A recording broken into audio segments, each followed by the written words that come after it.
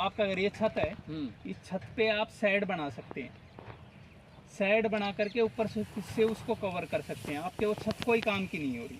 उस पर आप 5 बेड बना सकते हैं, 4 बेड बना सकते हैं। जो ये दूसरी मंजिल है इसके बराबर आपने बना लिया, उसमें से आप हाइड्रोलिक खेती करो या फिर जैविक खेती कोकोपीट बना करके, या फिर जैसे ये पेवर आधा देसी खाद ले लिया, आधा ये खाद बना लिया, मिट्टी को आपने तैयार कर लिया, एक आपने उसका बेड बना लिया जिसमें मिट्टी है और पोत तैयार करके उसमें लगाओगे, इसमें भी हो सकता है। हाँ हो सकता है बिल्कुल।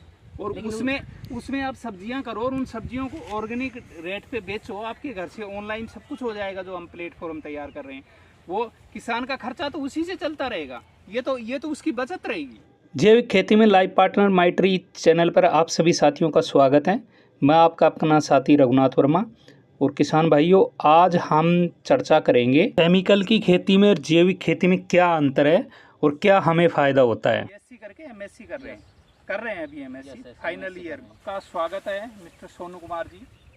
तो आप हमें बताइए कि जैसे हम ये आपके सामने हम इसी खेत में खड़े हैं जिसके अंदर अब ये तीसरा खाद जा रहा है और दूसरा पानी है। हमने सबसे पहले प्रयोग हुआ था, उसके बाद में एक खाद दिया था, उसके बाद में हमने उसकी बिजाई की, बिजाई के बाद में जब पहला पानी दिया था, जब खाद दिया था पानी देने के बाद में, और अभी पानी यहाँ तक चल गया है और ये लाइन उधर चल जाएगी, बाकी पानी इसमें भर भी गया है, ठीक है। और उसका कहीं ना कहीं हमारी फसल पे इफेक्ट भी पड़ रहा है, ज़्यादा पानी का पड़ गया। और उस साइड में जहाँ पे आपके उधर की एक मुंडी है, मतलब जहाँ पे आप अपने खेतों में पानी लगाते हैं तो उसमें भी पानी टपकता रहता है, तो वहाँ भी प्रभाव है।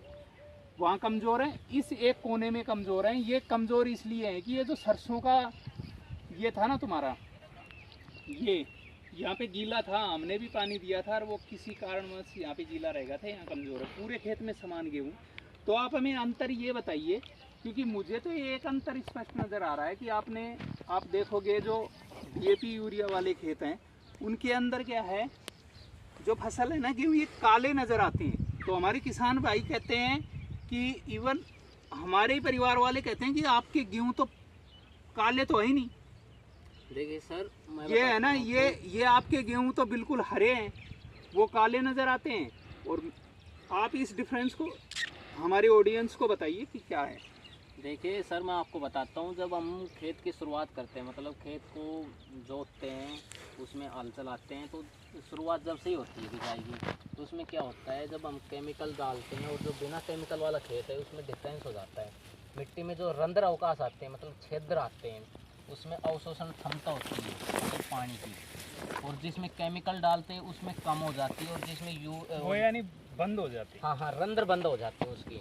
और जिसमें हम देसी खाद, हमारी चमड़ी में हाँ बिल्कुल, जिसमें हम देसी खाद डालते हैं, वर्मी कंपोस्ट डालते हैं, उसमें रंध्र एकदम खुले खुले रहते हैं। और उसमें जिसको मित्र बोलते हैं, किसान का मित्र केचुआ, वो उसी खेत में आता है, ना कि केमिकल वाले खेत में। एक तो ये हो गया। अब देखिए, आपने कब से शुरुआत की है इस ऑर्गेनिक खेती की? आपको 1 साल हुआ होगा। देखिए, फर्स्ट ईयर में ऐसा होता है कि खेती में आपको कम डिफरेंस लगेगा भाई। उसके अलावा खेती ये थोड़ी पीली हल्की लगेगी, थोड़ी मतलब इसमें गैप लगेगा भाई, पैदावार कम होगी उसके बजाय।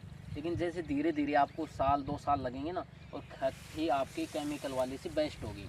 एक और प्रभाव होता है, जिसमें मान लो आपका खेती है बीच में और बाकी ये आसपास में सभी केमिकल वाली खेती हैं। अब जो इसमें बीच में आपका खेत हो गया, तो आपको बेस्ट वो वाली खेती लगेगी दिखने में। लेकिन जब इसकी पैदावार होगी ना, जब से बेस्ट ये होगी, तो उसकी इसका गेहूँ एकदम मोटा होगा, एकदम अच्छा होगा, और खाने में भी अच्छा होगा। केमिकल से बेस्ट फायदा ये है। अच्छा, पिछली बार हमने एक खाद दिया था, पिछली बार भी इस खेत में गेहूँ थी। और ये डिफरेंस होता है कि जैसे खाद देते हैं ना, हम खाद देते हैं, पिछली बार एक खाद दिया था तो गेहूँ वो में उनमें अलग ही खाने में अंतर है बिल्कुल उसमें। और वैसे भी हमने यूरिया डीएपी कम दिया था पिछली बार, सिर्फ देखो आपने पिछले साल। और एक अंतर ये भी होता है कि एक खेत में बार बार वही फसल करते हैं। हाँ, तो कहीं ना कहीं वो फसल कमजोर पड़ती है। फसल रोटेशन कहते हैं, मतलब फसल बदल बदल के बोने, ये तो होना ही चाहिए बिल्कुल।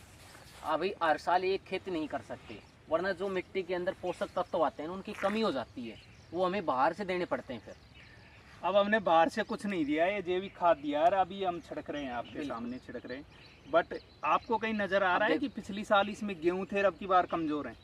और ये एक चीज आपने शायद नोटिस नहीं की, हम बता देते हैं आपको।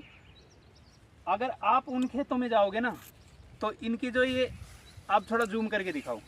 जैविक खेती का मैं बताता हूँ, जैविक खेती खाद कैसे बनाती है, ये खाद कैसे बनाती है। ये आपको पत्ते नजर आ रहे हैं, ये पीले हैं, यस, इसी का खाद बना देंगे जो जैविक खेती में जो तत्व होते हैं। ये आपको नजर आ रहे हैं ना पीले हैं, ये इसी का खाद बना देंगे। उन खेतों में जाओगे तो आपके उनके पत्ते पीले हो ही नहीं पाएंगे और वो सड़गल ही नहीं पाएंगे। ये अपना खाद खुद तैयार करता है, जो जैविक खाद है वो। बिल्कुल वो हर चीज जो होती है ना वेस्ट होती है, उसको खाद में परिवर्तन करता है। ये मैं गलत बोल रहा हूँ? नहीं, बिल्कुल ठीक है। हैं? दूसरी बात ये है, इसमें डबल ओवर कर रखी है। यस, ठीक है। और डबल ओवर करने के बाद में भी अगर मैं आपको एक पेड़ उखाड़ के दिखाऊं, एक पेड़ उखाड़, आप एक पेड़ खुद उखाड़ो, ये देखो, देखो इनमें फूट मिलेगी आपको फिर भी। बिल्कुल, मतलब इसके अंदर इतना गेहूं है और इतना भूसा होगा, और अभी तो ये घुटनों के बराबर आ रहा है। हाँ, ये यहाँ इसकी हाइट पूरी जाएगी। और आप कह रहे हैं थोड़ी कमजोर होगी, मुझे लगता है कि इस खेत में कमजोर नहीं होगी खेती, उतनी ही पैदा होगी, नहीं उससे ज़्यादा पैदा होगी इसमें। देखो ऑर्गेनिक खेती में एक और होता है जिसमें ये कल्ले फूटते हैं ना, जिसे मतलब एक मतलब बीज से अनेक पौधे फूटते हैं, उसे कल्ले फुटाव बोलते हैं साइंस की भाषा में। तो इसमें ऑर्गेनिक में ये ज़्यादा और फूटते हैं, केमिकल वाले में इतने नहीं फूटते, उसमें प्रभाव पड़ता है थोड़ा सा।